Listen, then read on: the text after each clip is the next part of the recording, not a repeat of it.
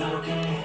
All I want, and I pray, all I need are some better days. Fuck me, I'm looking in the mirror, so foggy, but I've never seen clearer.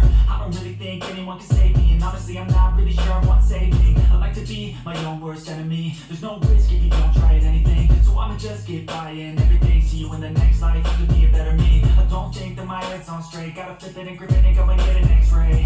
What's wrong with me? I just feel weight pushing on my chest and it squeezes till I suffocate. Better change my mindset, meditate. It's pretty cool that I'm alive and have better days. I could walk, see, hear, I should celebrate. Think I could change my mind, maybe elevate. Living life, every day, late at night, not okay.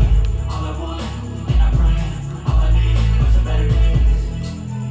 Yeah, all I need are some better days. Cause all I want, and I pray, I believe in the better days. Kinda stuck between a rock and a hard place. Do I work hard or live at my pace? You're only young once, yeah that's all great, but I also want a future where I'm okay. Living life is doing lots of cocaine. Wait no, it's living with no shame. Wait no, it's sleeping in on Sundays. I guess it's different for each of us and that's okay.